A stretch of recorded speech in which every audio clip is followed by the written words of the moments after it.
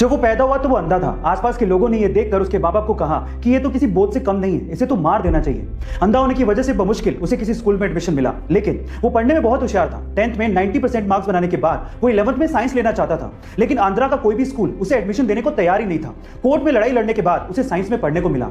12th में अच्छे marks बनाने के बाद वो IIT में पढ़ना चाहता था, लेकिन इंडिया की कोई भी IIT उसे एडमिशन देने को तैयार नहीं थी। इसके बाद उसने यूएस की नामी यूनिवर्सिटी MIT में अप्लाई किया और वो इंडिया का पहला ऐसा ब्लाइंड स्टूडेंट बना जिसे MIT यूनिवर्सिटी में एडमिशन मिला। इसके बाद वो चाहता तो अच्छी सैलरी पे वहां पे काम कर सकता था, लेकिन वो इंडिया आया और उसने अपने जैसे लोगों को हेल्प करने की सोची। इसके बाद उसने हैदराबाद में बुलांट इंडस्ट्री की स्थापना की और वहां पर दिव्यांग लोगों को नौकरियां भी दी और उन्हें सम्मान से जीना भी सिखाया। गाइस, जिसे लोग बोझ समझते थे, आज वही लड़का 100 करोड़ की कंपनी का मालिक है और अपने जैसे कई लोगों की जिंदगियां बदल रहा है। उनका नाम है श्रीकांत बुला। गाइस, ये बात है 1980 की, जब महाराष्ट्र के जलगांव डिस्ट्रिक्ट के अमलनेर गांव में रहने वाले मोहम्मद अनवर के पिता की अचानक से मौत हो गई। उनकी मौत के बाद पीछे जायदाद में एक खेत था जिसे मोहम्मद अनवर के अलावा 3 भाइयों में बराबर से बांट दिया गया, लेकिन मोहम्मद अनवर ने उस जमीन के टुकड़े को 80,000 रुपए में बेच दिया और एक ब्रोकर सतीश शाह के कहने पर 10,000 रुपए विप्रो कंपनी में इन्वेस्ट कर दिए और 100 शेयर्स विप्रो कंपनी के खरीद लिए।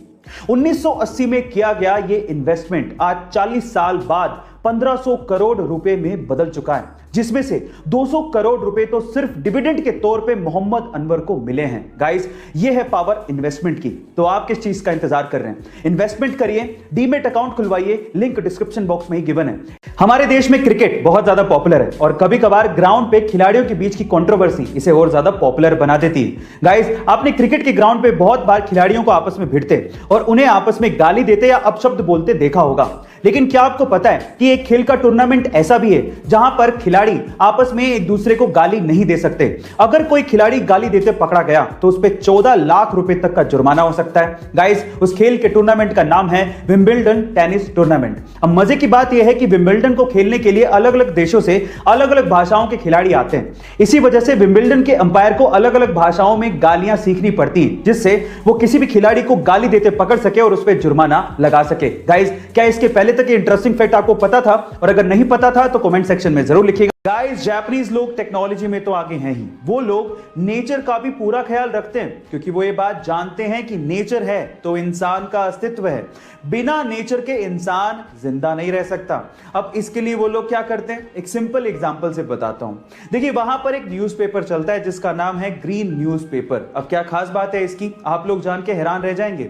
उस ग्रीन न्यूज़पेपर के अंदर छोटे छोटे से बीज डाले हुए होते हैं। जैसे आप न्यूज़पेपर को पढ़ के उसे मिट्टी में दबा देंगे तो उसमें से पौधे उगाएंगे। ओह माय गॉड, है ना अमेजिंग फैक्ट। गाइस, जहां एक और कोरोना के डर के चलते हम लोग घर बैठ गए, हमारा धंधा पानी सब बंद हो गया। अब कहीं जाके हम लोग एक नॉर्मल लाइफ जीने की कोशिश कर रहे हैं, लेकिन वो भी बहुत इत्मीनान से।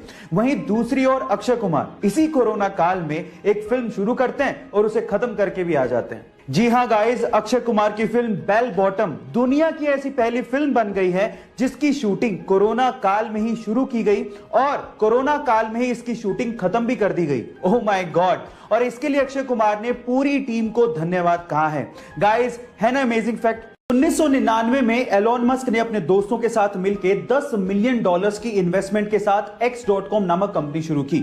बाद में यही company famous payment system company PayPal बनी, जिसे 2002 में eBay ने $105 बिलियन में खरीदा।